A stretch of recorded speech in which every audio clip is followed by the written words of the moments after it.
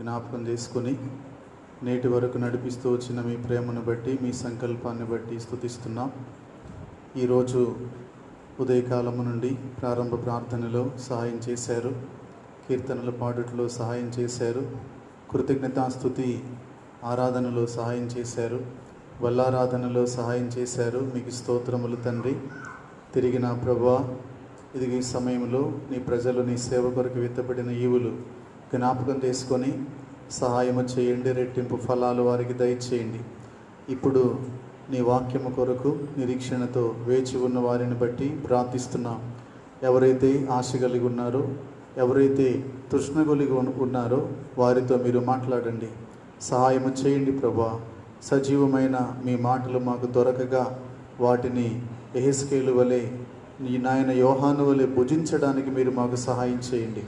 మీ మాటలో జీవం ఉన్నది, మీ మాటలో నాయన నా తండ్రి సర్వశక్తి ఉన్నది. అందును బట్టి స్తుతిస్తున్నాం. జీవము గల మీ మాటలు మాతో మాట్లాడండి. దయగల మీ ఆత్మ సమభూమి గల ప్రదేశంలోకి నడిపించండి. ఈ దినమంతటి విషయమై మీ నడిపింపు, మీ సహాయము, సహకారము దయచేసి కార్యాలు జరిగించుమని ఈ దినము కొరకై వందనాలు చెల్లించుకుంటూ మాతో మాట్లాడి మహిమ పొందమని యేసుక్రీస్తు వారి పరిశుద్ధ నామములో కృతజ్ఞతాస్తుతులు చెల్లించి ప్రార్థిస్తున్నాము తండ్రి, ఆమేన్. ఈ యొక్క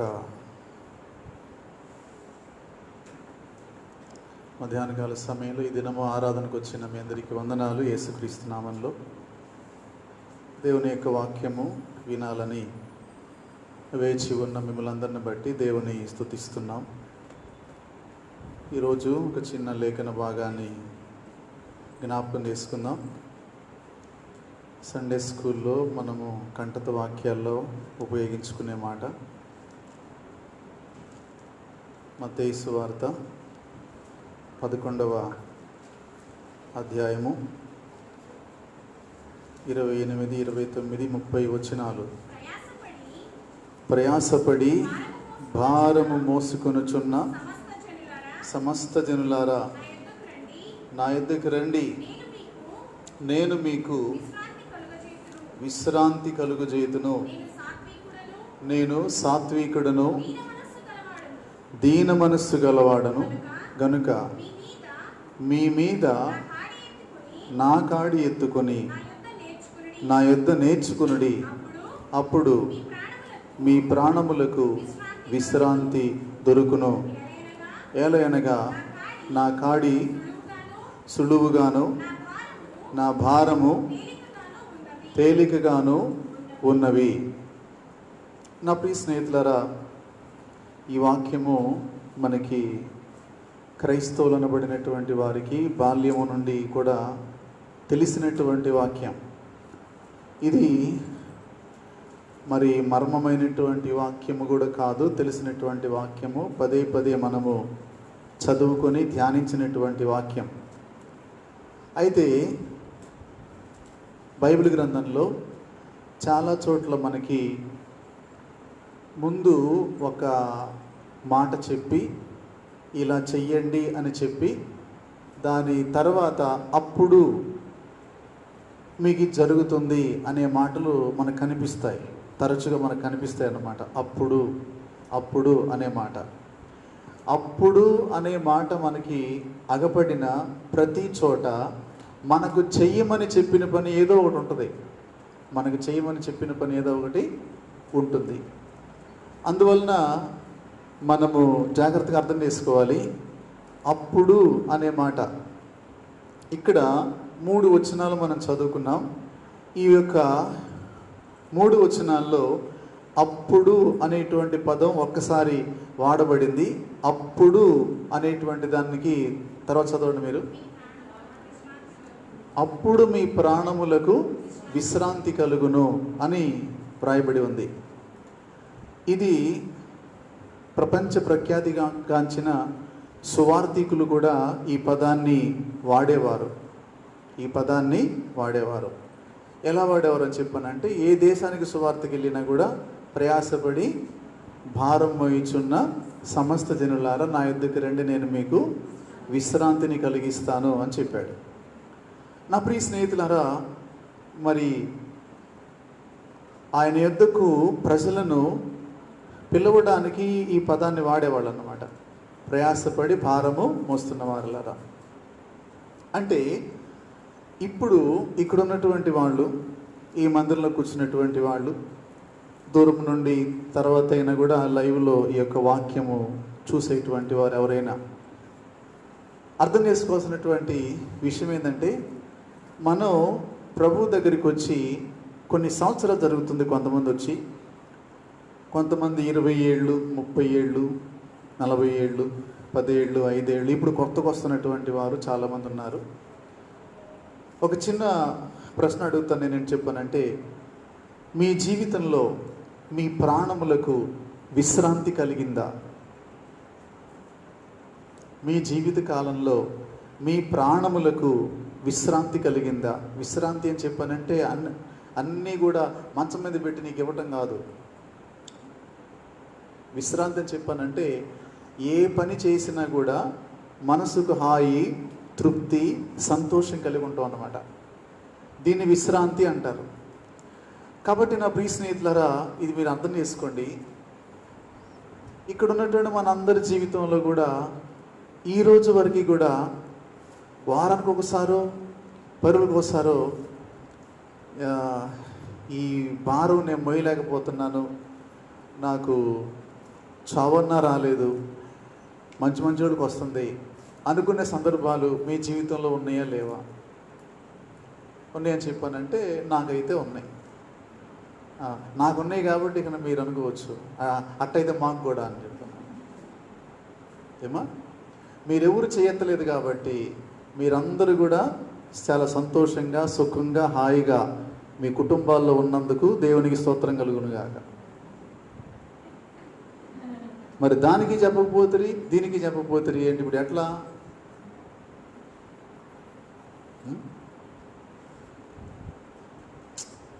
మీరందరూ సజీవమైన మనుషులే కదా, బొడ్రాళ్ళు అయితే కాదు కదా, హద్దురాళ్ళు, బొడ్రాళ్ళు. అందుకొంచెం కొన్ని కదిలి మాట్లాడితే బాగుంటుంది అన్నమాట. నేనేం అడిగాను? ఏమో, నా ప్రియ స్నేహితులారా, మనిషి జీవితంలో దేవుని యొద్దకు వచ్చినా కూడా చాలామందికి భారం దిగిపోలేదు, విశ్రాంతి దొరకలేదు, ప్రాణానికి నెమ్మది దొరకలేదు. కారణం ఏంటి? ఇది మీరు ఆలోచన చేయండి. బైబిల్లో కొన్ని భారాల గురించి రాయబడి ఉంది. భూమి మనుషుల యొక్క పాప భారాన్ని మోయలేక ఊగులాడుతుందంట. అర్థమవుతుందా మీకు? భూమి కూడా ఏం చేస్తుంది? మనుషుల యొక్క పాప భారాన్ని మోయలేక మత్తుని వలె తోలుతుందంట. యెషయా 24 అధ్యాయంలో తర్వాత వచ్చినట్లు కనిపెడతా ఆ యొక్క మాట మనకి. మత్తుని వలె తూలిపోతుందంట. ఎందుకు? భారాన్ని మోయలేక. ఒకసారి సొదొమ, గొమొర్రా, దాని చుట్టుపక్కల ప్రాంతాలు, ఆ యొక్క భూమి దేవునికి మొరపెట్టిందంట. ప్రజలు కాదు, ఎవరు మొరపెట్టారు? భూమి దేవునికి మొరపెట్టిందంట. ఈ పాప భారాన్ని నేను మొయ్యలేకపోతున్నానని చెప్పానంటే, ఏం చేయమంటావు భూమి అని చెప్పానంటే, వీళ్ళు మొత్తం లేపిమని భూమి దేవునికి మొరపెట్టింది. భూమి ఎట్లా మొరపెట్టింది? భూమికి ఏమైనా స్వరం ఉందా అంటారా మీరు? భూమికి స్వరం ఉంది. భూమికి స్వరం ఉంది. భూమికి ముక్కు ఉంది, భూమికి నోరు ఉంది, భూమికి చెవులు ఉన్నాయి. భూమికి చెవులు లేకపోతే దేవుడు భూమిని పిలవడు. ఆకాశమా భూమి అంటే భూమికి చెవు ఉన్నట్ట లేనట్ట? చెవు ఉన్నప్పుడు నోరు ఉండదా? ఏమా, ఇప్పుడు నోరు లేకుండా అచ్చంగా చెవులు ఉన్న జంతువు ఏదైనా ఉందా? చెవులున్న ప్రతి జంతువుకి ఏమా నోరు ఉంటుంది, ముక్కు ఉంటుంది, మూతి ఉంటుంది, ఇవన్నీ ఉంటాయన్నమాట. కాబట్టి భూమి దేవునికి మొరపెట్టింది.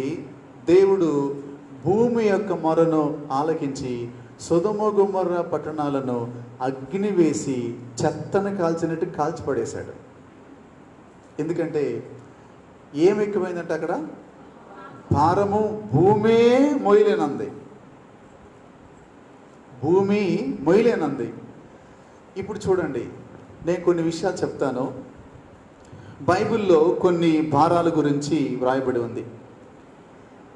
ప్రతిదానికి కూడా నేను రెఫరెన్స్ అనేటువంటిది మీకు నేను చెప్పగలుగుతాను, కానీ మీరు అంతగా తీసి చదివేటువంటి ఆసక్తి అనేటువంటిది దాదాపు కోల్పోయినట్టుగా నాకు కనిపిస్తారు. ఎక్కువసార్లు చెప్పినప్పుడల్లా తీయాలంటావా అనే పోలిక నాకు కనబడుతూ ఉంటుంది మీలో. అందుకని చెప్పానంటే మిమ్మల్ని నా కష్టం కూడా ఎందుకు పెట్టాలనేటువంటిది నేను మామూలుగా కొన్ని సంగతులు జ్ఞాపకం చేస్తానన్నమాట. మనకి బైబిల్లో ఆది కాండము నుంచి కొన్ని సందర్భాలు 12:10, 41:31, 43:1, 47:4 కరువు భారముగా ఉన్నది అనే సందర్భాలు కనబడతాయి మనకి. అబ్రహాం కాలంలో కరువు, ఇస్సాకు కాలంలో కరువు, యాకోబు కాలంలో కరువు. ఈ కరువులు మనకు కనబడతాయి. ఏది భారంగా ఉంది? ఏమా? కరువు భారం. ఏంటి కరువు అని చెప్పానంటే, పంటలు లేవు, ఆహారం లేదు. పంటలు లేవు, ఆహారం లేదు. తర్వాత మరి బైబిల్లో నిర్గమకాండంలో 1వ అధ్యాయంలో మనం చూస్తే వెట్టి పనుల భారము. ఏం భారము? వెట్టి పనుల భారము. తర్వాత మరి ఇంకొంచెం మనం సాగిపోతే లేవి 22:9లో పాప భారము, మనుషులు చేసినటువంటి పాప భారము, ఇది మనకు కనబడుతుంది. తర్వాత మనం చూసినట్లయితే పోషణ భారము, ఇది ఒకటి అన్నమాట. పోషణ భారం అంటే దావీదు తన ఇంటిని విడిచి వెళ్ళినప్పుడు ఒక 2 నెలలు 3 నెలలు బయట ఉంటాడు, అబ్షాలోమునకు భయపడి. అక్కడ ఉన్నప్పుడు బర్జిల్లయి అనేటువంటి ఒక ఆయన దావీదును పోషించాడు.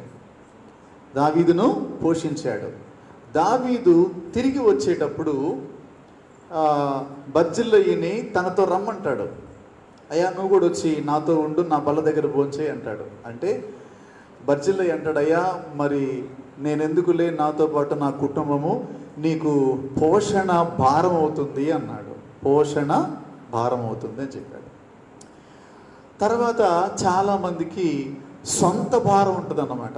సొంత భారం. ఈ సొంత భారం గురించి అందరూ చదవండి. యోబు గ్రంథము 7వ అధ్యాయము 20వ వచనం. యోబు గ్రంథము 7:20.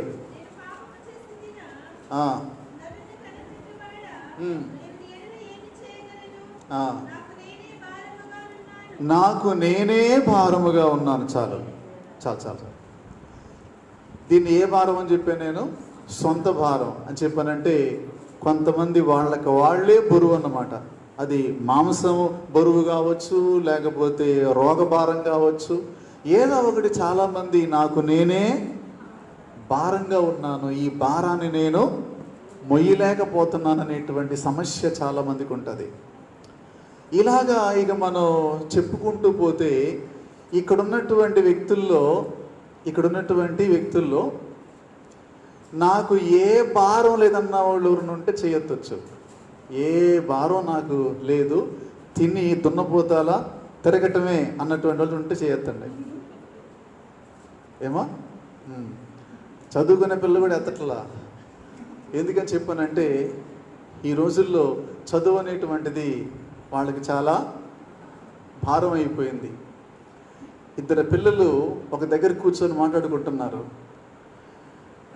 ఒరే మనకెందుకు ఈ సమస్య, పిల్లలంగా మనం ఆడుకోకుండా, గెంతులు వేయకుండా, సంతోషపడకుండా, పోకపోతేనే ఇంటికాడ తంతంట్రీ, పోతేనేమో టీచర్లు కొడుతుంట్రీ, చదువేమో సరిగా రాకపోతున్నాయి. అసలు ఈ తప్పంతా వీళ్ళది కదరా. అసలు ఈ చదువును కనిపెట్టినటువంటి వాడు ఎవడు, వాణ్ణి దంతే కానీ మిగతా వాళ్ళకి బుద్ధి రాదు అని చెప్పానని 2 మాట్లాడుకున్నారన్నమాట. అర్థం చేసుకోండి. తర్వాత ఒక చాట ఇద్దరు కూర్చొని మాట్లాడుకుంటూ ఒకడు అంటాడు, ఒరే ఇంటర్మీడియట్లో 6 సబ్జెక్టులు ఉంటే 6 ఫెయిల్ అయిపోయాం, ఏం చేయాలరా పరిస్థితి అని చెప్పానని. ఇంకోటి అంటాడు, చచ్చిపోదాంరా అంటాడు. నీ దండం పెడుతున్నాను, ఆ పని చేయబాకరా, ఎందుకంటే చచ్చిపోతే మళ్ళీ ఫస్ట్ కాడ చదవాలి, మళ్ళీ పుడితే చచ్చిపోయి మళ్ళీ పుడితే ఏం చేయాలి, మళ్ళీ ఫస్ట్ కాడ చదవాలి, మళ్ళీ ఈ గొడవ వద్దు. 2 సంవత్సరాలు తిప్పలు పడైనా కానీ పోయిన సబ్జెక్టులు ఎట్టగట్ట రాసుకున్నాం. నువ్వు సచ్చే కార్యక్రమం అనేది పెట్టబాక, చచ్చిన తర్వాత మళ్ళీ పుడతాం కాబట్టి మళ్ళీ అప్పుడు బేబీ క్లాస్ నుంచి చేస్తారు, మళ్ళీ ఎక్కడ ఇబ్బంది పడతామని చెప్పాను అన్నమాట. పిల్లల మీద చదువుల భారము మనుషుల యొక్క జీవితంలో భారం అనేటువంటిది ప్రతి మానవుడు భూమి మీద కలిగి ఉన్నాడు. ఈ మాటలు మీకు ఎలా అర్థమవుతున్నాయో నాకే తెలియదు, కానీ ఇంతకంటే పెద్దగా అరిసి చెప్పడానికి నాకు పెద్దగా ఓపిక లేదు. అందుకని నెమ్మదిగా మాట్లాడుతున్నాను. ఈ మాటలు వింటూ నిద్ర వచ్చేటువంటి వాళ్ళు నిద్రపోండి, వినేటువంటి వాళ్ళు వినండి, మేలు పొందేవాళ్ళు మేలు పొందండి, మధ్యలో పని ఉంటే వెళ్ళిపోండి. దేని స్తోత్రం కలుగును గాక. నా ప్రియ స్నేహితులారా, అర్థం చేసుకోండి, మనుషులు భూమి మీద భారాన్ని మోస్తున్నారు. అందుకే యేసయ్య అన్నాడు, సమస్త జనులారా అన్నాడు. అంటే ఇప్పుడు జనులందరి మీద ఏముంది చెప్పాలా, భారం ఉంది.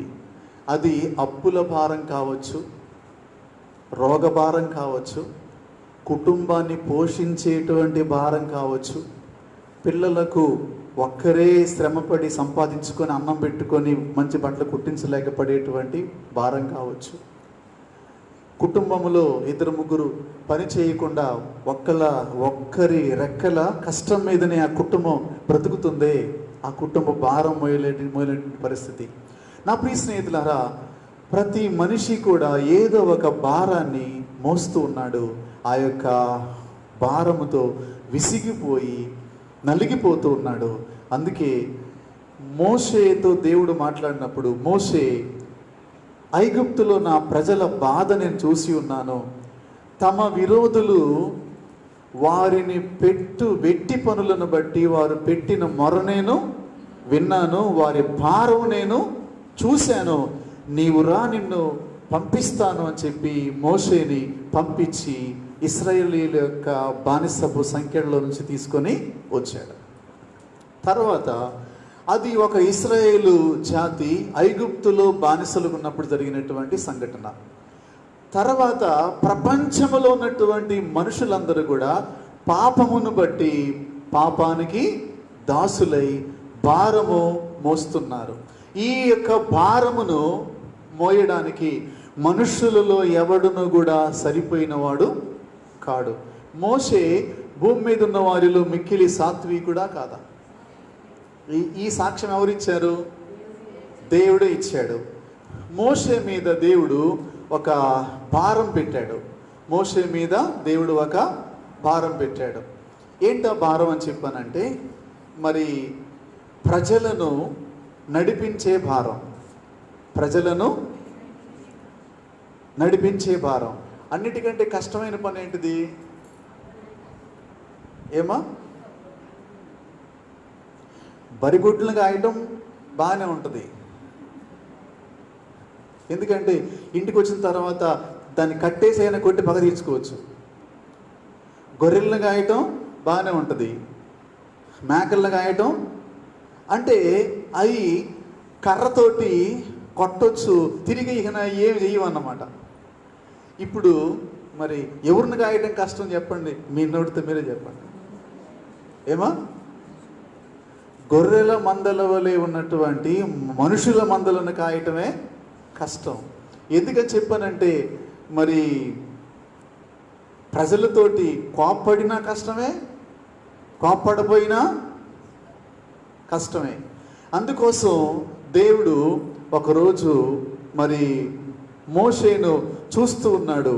మోషే చాలా సంవత్సరాలు ఓర్చుకొని ఒకరోజు చేతులు ఎత్తేసి, దేవా నేను మోయలేనన్నాడు. నేను చదవండి ఒక మాట, సంఖ్యాకాండము 11 నుంచి 15 వరకు. మోషే సంఖ్యాకాండము 11 నుంచి ఇట్లా నేను మీరేలా నీవేళ నీ సేవకుని బాధించితివి, నా మీద నీ కటాక్షము రానియక ఈ జనులందరి భారము నా మీద పెట్టనేలా నేనే ఈ సర్వ జనమును గర్భమున ధరించి తినా, నేనే వీరిని కంటినా, పాలిచ్చి పెంచెడు తండ్రి పసిపిల్లను మోయినట్లు నేను వీరి తండ్రులకు ప్రమాణపూర్వకము ఇచ్చిన దేశమునకు వీరిని నీ రొమ్మున ఎత్తుకొని పొమ్మని నాతో చెప్పుచున్నావు. అక్కడ ఆగండి. దేవుడు ఏమేం చెప్పాడంట మోషేకి? చెప్పాలా? దేవా, వాళ్ళు మాట వినటం లేదు నాయన, అటమేస్తున్నారు, ఎత్తుకో.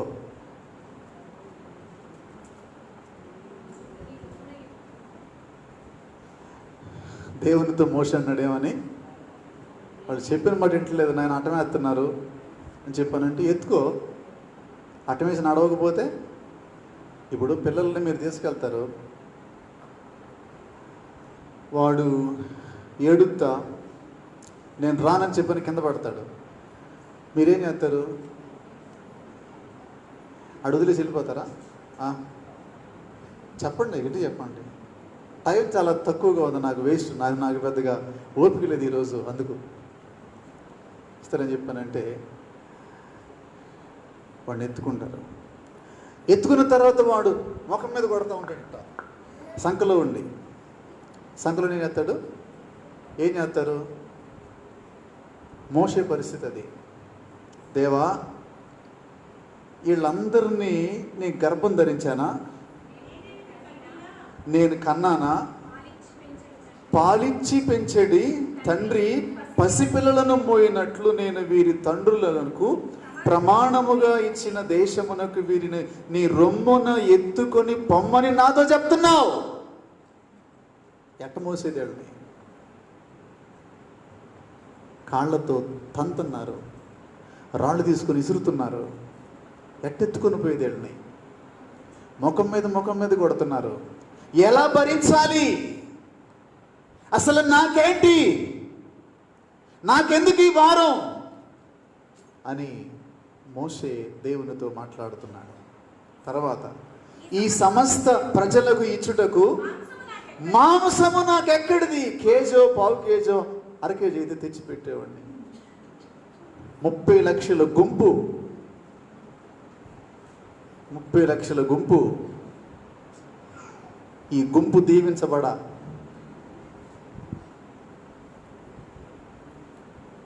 ఈ గుంపు దీవించబడా 30 లక్షల గుంపు ఎన్ని కేజీల మాంసం తెచ్చిపెట్టేది? అసలు ఏంటి? నాకు అసలు మైండ్ పోతుంది. ఈ కాపురం, నేను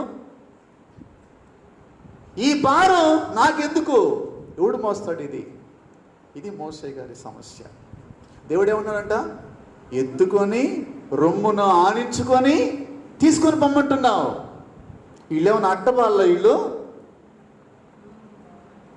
పాలపీక నోట్లో పెట్టి సంకలేసుకొని పోవడానికి. కాబట్టి నా ప్రియ స్నేహితులారా, అర్థం చేసుకోండి. వాళ్ళు మాంసం అడుగుతున్నారు, నాకెక్కడిది? వారు నన్ను చూసి ఏడ్చుచున్నారు, తినుటకు మాకు మాంసమని నేల మీద పడి డ్రాయర్ చినిగిపోయి రక్తం వస్తున్న ఏడుతున్నారు. వాళ్ళు రుద్దుకొని కొట్టుకొని ఏంటి నా పరిస్థితి ఏంటి? నేను మనిషిని కదా, నేను ఈ సమస్త ప్రజలను ఒంటిగా మోయ నా వలన కాదు, అది నేను భరింపలేని. మీలో ఎవరికైనా ఈ కాపురం నేను చేయలేను అని అనుకున్న వాళ్ళు ఎవరైనా ఉన్నారా? చేయొద్దు. మీ హృదయంలో ప్రశ్నించుకోండి. ఈ కాపురం నేను చేయలేను.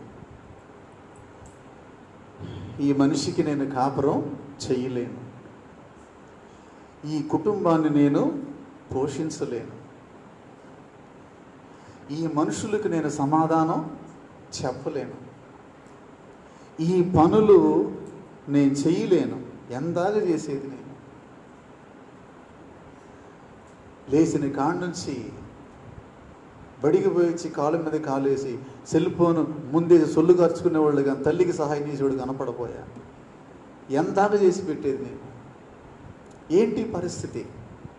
నా ప్రియ స్నేహితులారా, భారం అనేది ఏదైనా కూడా ఇలాగే ఉంటుంది. నేను భరింపలేని భారము అంటున్నాడు ఆయన. ఇప్పుడు మోషే గారు భరిస్తాడా భరించలేడా అనేటువంటి తూకం దేవుడికి తెలుసా తెలీదా? చెప్పండి. మరి తెలిస్తే ఈయన మోయలేని అంటున్నాడుగా. అంటే మాంసం వాళ్ళు అడుగుతున్నారు, వాళ్ళకి అవసరమైన మాంసాన్ని ఇమ్మని దేవుడిని అడిగే విషయం మర్చిపోయాడు. నేనే తెచ్చియాలి కావాలనుకుంటున్నాడు. అర్థమవుతా మీకు? నా ప్రియ స్నేహితులారా, తర్వాత నీవు నాకిట్లు చేయదలిసిన ఎడల నన్ను చంపేసేయి ప్రభువా అని ఆయన అన్నాడు. నా మీద నీ కటాక్షం వచ్చిన ఎడల నేను నా బాధను చూడకుండానట్లు నన్ను చంపు. నేను నా బాధను చూడకుండానట్లు. ఈ బాధ ఎప్పుడు పోయిద్దో ఏమో, నాకు సావన్నా రాలేదు అనుకునే మీ ప్రశ్నే బైబిల్లో ఇలా వ్రాయబడి ఉంది. ఎందుకంటే మీకై మీరు చావచ్చు, అంతే కదా. కరెంటు ప్లగ్లో ఏలు పెట్టి సావచ్చు, లేదా కిరసనాలు పోసుకొని సావచ్చు. సావడానికి మీకు చాలా మార్గాలు ఉన్నాయి ఇంట్లో. ఎందుకంటే ఒకవైపు ఏమో పూర్తిగా సద్దామని లేదు, సమస్య చూస్తేనేమో చావు బెటర్ అనిపిస్తుంది.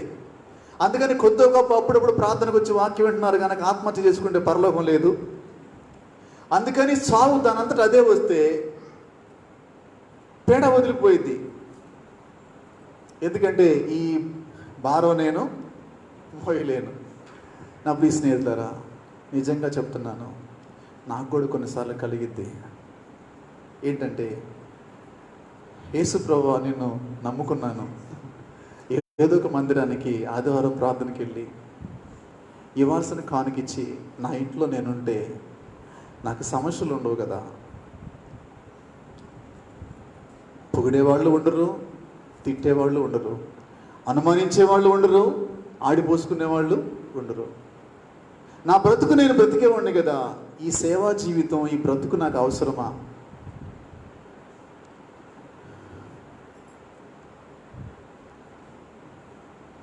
చొక్కా వేసుకుంటే మాట్లాడతారు, వేసుకుపోతే మాట్లాడతారు. నడిచిపోతున్నామేంది అంటారు. బండి మీద పోతుంటే చూడు కన్ను మీద కనపడుతుందా, బళ్ళు మీద తిరుగుతుందని చెప్పి అంటారు. ఏంటి బ్రతుకు? ఒకవైపు చిన్నపిల్లల వల్లే అనేక మంది, ఎంతోమంది దుఃఖం వచ్చినప్పుడు, శ్రమ వచ్చినప్పుడు ఫోన్ చేసి చెప్తుంటారు, అయ్యా నా పరిస్థితి ఇలా ఉంది, ప్రార్థించండి అని చెప్పానని. అది మధ్యరాత్రి అయినా వాళ్ళ కొరకు లేసి ప్రార్థన చేస్తూ ఉంటా. అది సంతోషమే, ఎందుకంటే ఆ పని దేవుడు ఇచ్చాడు కాబట్టి. నా ప్రియ స్నేహితులారా, మనుషులుగా మనం ఉన్నప్పుడు మనము మోసేటువంటి భారము ఏదైనా కూడా, అది ఏ రూపంలో ఉన్నా కూడా చెప్పాలా, అది మనకి ఎలా ఉంటుంది? కొద్ది రోజులకి నడవలేక మన శరీరం మనకే భారం అయిపోతుంది. చేయక తప్పడం లేదు. ఏంటి పరిస్థితి? కాబట్టి నా ప్రియ స్నేహితులారా, ప్రతి మనిషి కూడా భూమి మీద ఏం కలిగి ఉన్నాడు? భారాన్ని కలిగి ఉన్నాడు. పిల్లలను చదివించుకోవాలి, వారిని ప్రయోజకులను చేయాలి, మంచి సంబంధాలు చూసి పెళ్లి చేయాలి. కష్టపడిన డబ్బులు పెట్టి చదివించుకున్నాం, కట్నాలు ఇవ్వడానికి డబ్బులు లేవు, పిల్లలకు పెళ్ళిళ్ళు చేయాలి. భారం ఎలా? కుటుంబం. ఈ రీతిగా ప్రతి మనిషి కూడా భారాన్ని భరిస్తున్నాడు. దేవుడు 2000 సంవత్సరాల క్రితం సమస్త జనులకు పిలుపునిచ్చాడు. ఏమని? ప్రయాసపడి భారం మోయిచున్న సమస్త జనులారా నా యొద్దకు రండి, నేను మీకు విశ్రాంతిని ఇస్తానని చెప్పాడు. వచ్చిన తర్వాత ఆయన ఒక పని చేయమన్నాడు. ఏంటి ఆ పని? చదవండి మళ్ళీ. ఆయన ఎవరంట? సాత్వికుడను దీన మనస్సు గలవాడును. అంటే వాళ్ళు మనకేం నేర్పిస్తారు? ప్యాకాట్ నేర్పిస్తారు.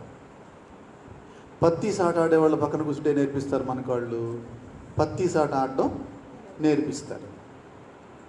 తర్వాత మందు తాగే వాళ్ళ పక్కన కూర్చుంటే నేర్పిస్తారు మనకు. వాళ్ళు ఏమా నీళ్లు పోసుకొని ఎంత తాగాలో, ఒట్టి ముందు ఎంత తాగాలో నేర్పిస్తారు వాళ్ళు.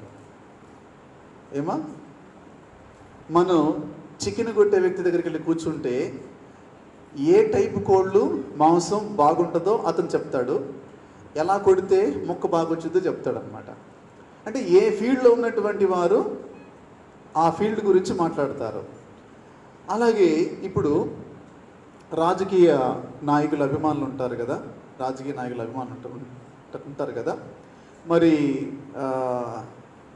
ఒక పార్టీ వాళ్ళ దగ్గరికి వెళ్ళి కూర్చుంటే వాళ్ళ దగ్గర మనం ఎంతసేపు కూర్చున్నా కానీ మనకేం నేర్పిస్తారో చెప్పారంటే ఆ పార్టీ యొక్క మంచి, ఎక్స్ పార్టీ వాళ్ళ యొక్క చెడు, దీని గురించే మాట్లాడతారు. ఎందుకంటే వాళ్ళ హృదయం దానితోనే నిండి ఉంటుంది కాబట్టి. ఇప్పుడు సెప్టిక్ ట్యాంక్ నిండా ఏముంటుంది? ఏమో పర్ఫ్యూమ్ ఉంటుంది. సెప్టిక్ ట్యాంక్కి మొత్తిస్తే ఏమొచ్చింది? దాంట్లో ఏది ఉంటుందో అదే వస్తుంది అన్నమాట. కాబట్టి యువతల పార్టీ వాళ్ళ దగ్గరికి వెళ్ళి కూర్చున్నాం అనుకోండి, వాళ్ళు ఏం చెప్తారు? ఏమా వాళ్ళ నాయకుడు చేసే మంచి, ఎదుటి వాడు చేసేటువంటి చెడు అన్నమాట. ఎందుకంటే వాళ్ళ హృదయం దాంతో నిండిపోయింది. ఇప్పుడు మనం మరి అరుగు మీద వెళ్ళి కూర్చున్నాం అనుకోండి, లేకపోతే ఇంకో చోట పోయి కూర్చున్నాం అనుకోండి, మనం ఎక్కడికి వెళ్ళి ఎవరి పక్కన కూర్చుంటామో వాళ్ళకి ఏదంటే ఇష్టమో, దేని గురించి మాట్లాడడం వాళ్ళకి ఇష్టమో అది మనకి నేర్పిస్తారు. ఇప్పుడు సాత్వికం ఎవడికి కావాలి? అర్థమవుతుంది మీకు? అసలు సాత్వికం ఎందుకు? ఈ జనరేషన్లో ప్రతి దాంట్లో నువ్వా నేనా అని పోటీ పడేటువంటి జనరేషన్లో సాత్వికం ఎవడికి కావాలి? ఆయన దగ్గర ఏముందంట? ఇంకోటి దీన మనస్సు. ఇప్పుడు ఏసు దగ్గరికి వచ్చి కూర్చుంటే ఏం చెప్తాడు ఆయన మనకి? సాత్వికం గురించి, దీన మనస్సు గురించి. అందుకని ఆయనకి మనం పెద్ద టైం ఇవ్వమన్నమాట. ఎందుకని ఇప్పుడే మనకు పని లేదు. మనకి ఇప్పుడు ఏం కావాలి? ఇప్పుడు బ్యూటీషియన్ దగ్గరికి వెళ్ళి కూర్చుంటే ఏం చెప్తారు వాళ్ళు మనకి? చెప్పండి, మా ఊరిని అడిగాను ఏముంది. బ్యూటీషియన్ అంటే బ్యూటీ పార్లర్స్ ఉంటాయి కదా, దాంట్లో పనిచేసేటువంటి వాళ్ళ దగ్గరికి వెళ్ళి కూర్చుంటే ఏం చెప్తారు మనకి వాళ్ళు? ఏమా ముఖ సౌందర్యానికి వాడేటటువంటి పదార్థాల గురించి, చేసేటువంటి మాలిష్ గురించి చెప్తారు వాళ్ళు. ఇలాగ ప్రతి మనిషి కూడా ఈ రోజున మనం ఎక్కడ కూర్చొని నేర్చుకోమంటున్నాం? ఎక్కడ కూర్చొని నేర్చుకోమంటే అయినా మీ ప్రాణాలకు ఎప్పుడు నెమ్మది కలిగిద్దంటే, ఎప్పుడు విశ్రాంతి కలిగిద్దంటే, నేను ఎవరిని? సాత్వికుడును దీన మనసు గలవాడను గనుక మీ మీద నా కాడెత్తుకొని నా ఎద్దుకు వచ్చి ఏం చేయాలి? మీరు నేర్చుకోవాలా. అప్పుడు మీ ప్రాణములకు విశ్రాంతి కలుగును. అప్పుడు మీ ప్రాణములకు విశ్రాంతి కలుగును. ఇప్పుడు ఆల్రెడీ కొంతమంది విశ్రాంతి పొందుతున్నారు. దేవునికి స్తోత్రం కలుగును గాక. ఏమా ఆ నిద్రపోయే చిట్కా నాకు కూడా చెప్పండి. నేను చాలా ఇబ్బంది పడుతున్నా సమస్యలు గుండా.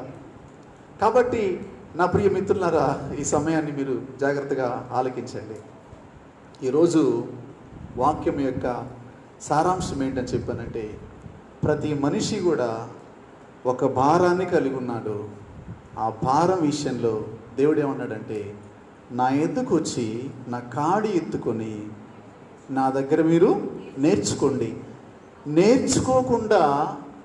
నేర్చుకోకుండా మనకి నెమ్మది, విశ్రాంతి అనేది రాదు. నేర్చుకోవాలంటే నీకు సమయం కావాలి, టైం ఉండాలి, ఆయన కాడెత్తుకోవాలి, ఆయన దగ్గర వినయ విధేయతలతోటి నేర్చుకోవాలి. ఆయన మనకి ఫస్ట్ ఏం నేర్పిస్తాడు? సాత్వికము, దీన మనస్సును నేర్పిస్తాడు. ఈ రోజుల్లో ఇవి ఎవరికి కావాలని చెప్పానంటే, ఎవరికి కావాలంటే ఎవరికి విశ్రాంతి కావాలనుకుంటున్నారో వాళ్ళకి ఈ కావాలన్నమాట. ఈ ఏమో ఏ కొట్లో దొరకవు, అవి దేవుడి దగ్గర దొరుకుతాయి అన్నమాట. అందుకని ఆయన దగ్గరికి వెళ్ళి కూర్చొని మాత్రం మనం నేర్చుకోవాలి. అయితే పాత నిబంధనలోనే దేవుడు భారాన్ని గురించి కొన్ని విషయాలు చెప్పాడు. ఒక 2-3 మాటలు మనం జ్ఞాపకం చేసుకుందాం. కీర్తనల గ్రంథము 55:22. కీర్తనల గ్రంథము, నీ భారము, కీర్తనలు 55:22, నీ భారము యెహోవా మీద మోపుము, ఆయనే నిన్ను ఆదుకొనును, నీతిమంతులను ఆయన ఎన్నడను కదలనీయడు. నీతిమంతులు ఎన్నడను కదలనీయడు. ఈ మాట మీరు అర్థం చేసుకోండి. నా ప్రియ మిత్రులారా, స్నేహితులారా, సహోదరి సహోదరులారా, ఈ మాట మీద మీరు ఆలకించండి. నీ భారము యెహోవా మీద మోపుము, ఆయనే నిన్ను ఆదుకొనును. ఆయన ఆదుకోకపోతే ఇంకెవడు ఆదుకోలేడు. ఆ శక్తి వాడికి లేదు. ఎందుకంటే మోషే చేతులు ఎత్తేసాడు, నా వల్ల కాదన్నాడు. యేసయ్య మాత్రమే చేతులు ఎత్తలేదు. రాజ్య భారము ఆయన మీద చెప్పాల. ఎలాంటి ఘోరమైనటువంటి పాపినైనా మనిషిని పాపము నుండి, శాపము నుండి, బానిసత్వం నుంచి విడిపించి, రక్షించి, విశ్రాంతిని అనుగ్రహించేటువంటి ఒకే ఒక నిజరక్షకుడు మన ప్రభువైన యేసుక్రీస్తు. ఆయన పిలుస్తున్నాడు, నా యొద్దకు వచ్చి మీరేం చేయాలా? నేర్చుకోవాలా. నేర్చుకోకుండా రాదు. కాబట్టి నా ప్రియ స్నేహితులారా, నీ భారము యెహోవా మీద మోపుము. నా ప్రియ స్నేహితులారా, మోషే నేను మోయలేను అన్నాడు, మార్త నేను చేయలేను అంది. ఏంటి? భారం అనేది దేవుడు మోపిన భారం ఉంటుంది, మనం పెట్టుకున్న భారం కూడా ఉంటుంది అన్నమాట. మనం పెట్టుకునే భారం కూడా ఉంటుంది. చూడండి, సామెతలు 16:3. సామెతలు 16:3. ఏ భారము? పనుల భారము యెహోవా మీద నుంచుము, అప్పుడు నీ ఉద్దేశములు. ఎవరి పనుల భారం అది? నీ పనుల భారం. అంటే నువ్వు చేసినటువంటి పనులు కొన్ని ఉన్నాయి, అవి నీ మీద భారంగా ఉన్నాయి. నువ్వేం చేయాలంట? యెహోవా మీద ఉంచు. అక్కడేమో మోపు, ఇక్కడేమో ఉంచు అంటున్నాడు. నా ప్రియ స్నేహితులారా, మార్త యేసుప్రభువు వారి ఇంటికి వచ్చినప్పుడు ఎన్ని పనులు పెట్టుకుంది? ఎవరు పెట్టారు? చెప్పాలి. ఎవరు పెట్టారు? ఆమె పెట్టుకుంది. మోషే మీద దేవుడు పెట్టాడు, మార్త మీద ఆమె పెట్టుకుంది. ఇప్పుడు ఆమె ఏమంటుంది? పనులు పెట్టుకొని,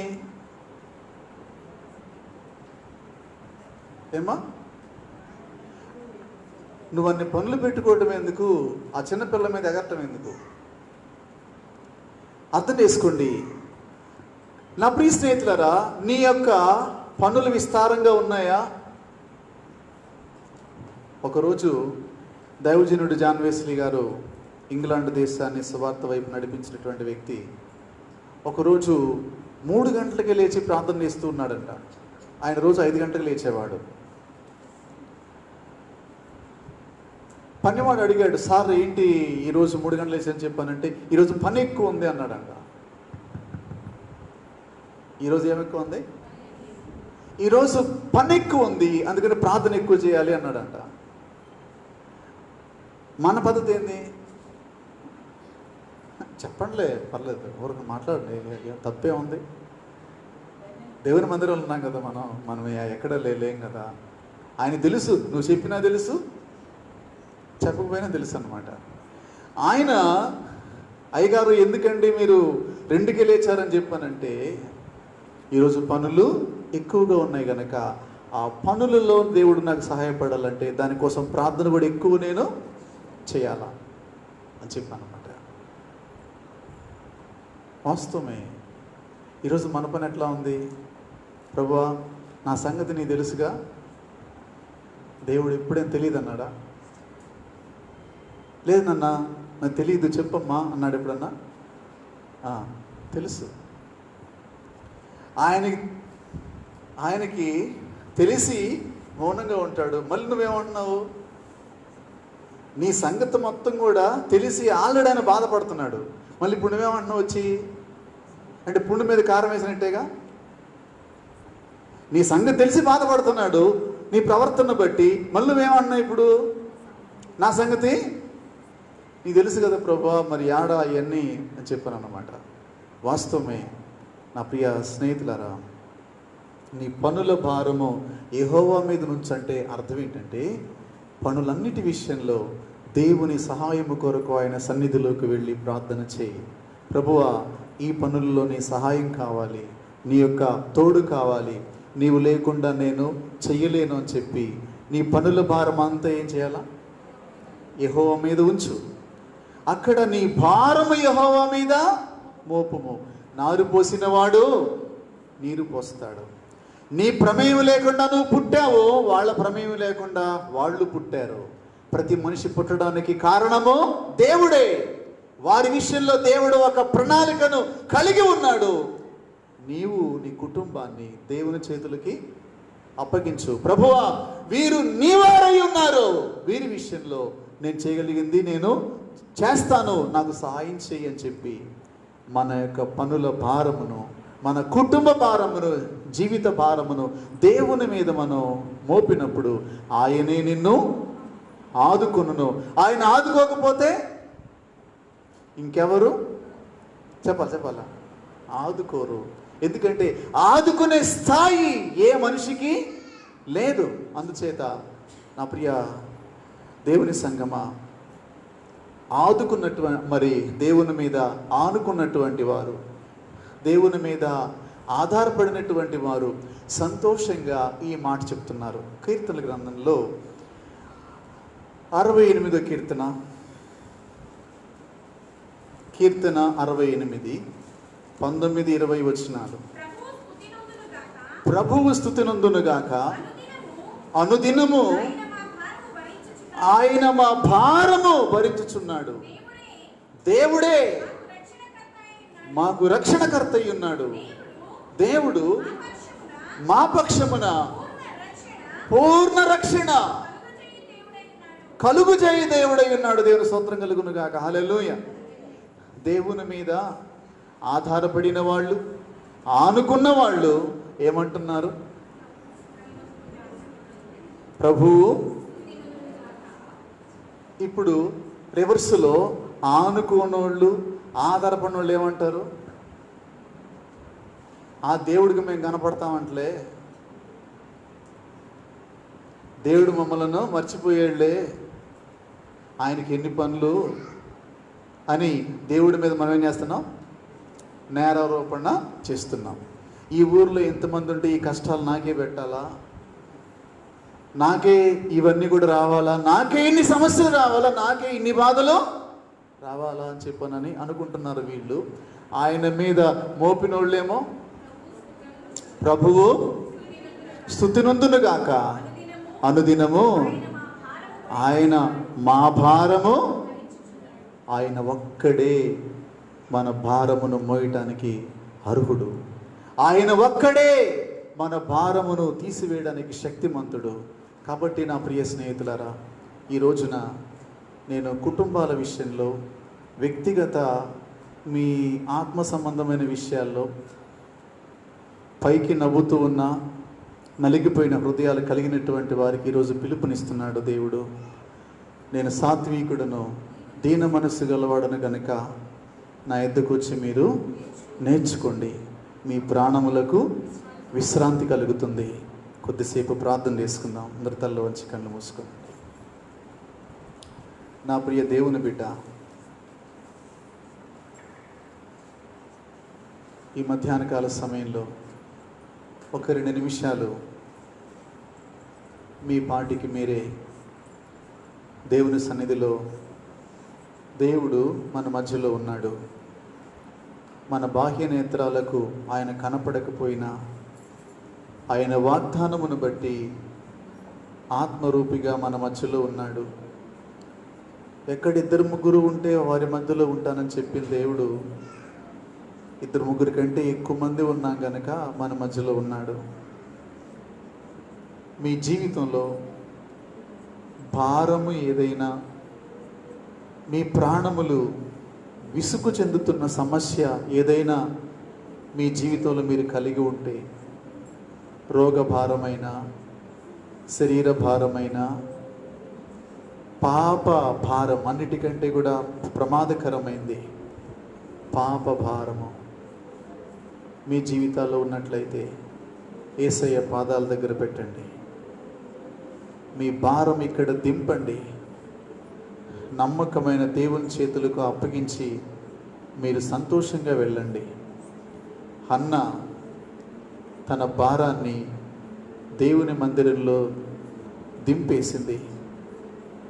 కన్నీటితో విలపించి, నా మీద ఉన్న అవమానాన్ని తీసేయ్యా, నా మీద ఉన్న నిందలు తీసేయ్యా అని చెప్పి అవమాన భారమును, నిందల భారమును, గొడ్రాలుగా పిలువబడుతున్న భారమును దేవుని ఎదుట ఆమె దింపింది.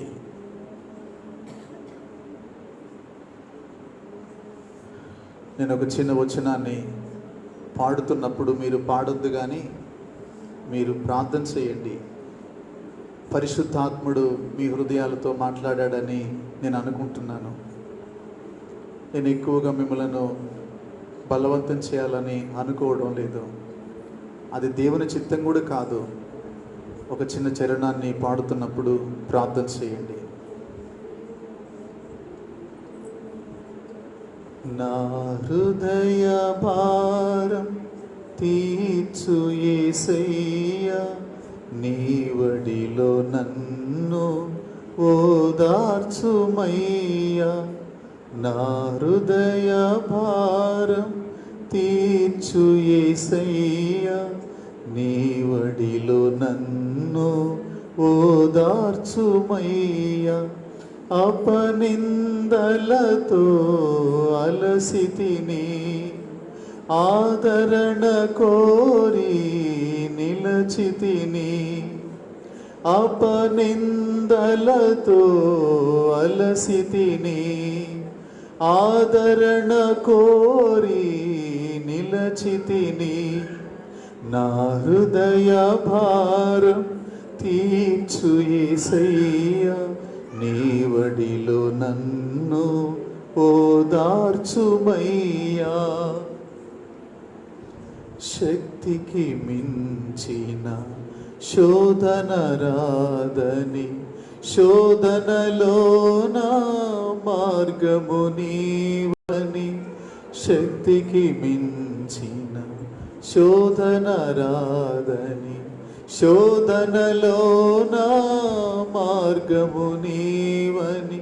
సెలవిచ్చినావా నడిపించరావా, సెలవిచ్చినావా నడిపించరావా. నా హృదయ భారం తీర్చు యేసయ్యా, నీవడిలో నన్ను ఓదార్చుమయ్యా. నా హృదయ భారం తీర్చు యేసయ్యా, నీవడిలో నన్ను ఓదార్చుమయ్యా. కీడు వెనుక మేలుంటుందని, వీడక నీదు కృపనిస్తావని. కీడు వెనుక మేలుంటుందని, వీడక నీదు కృపనిస్తావని.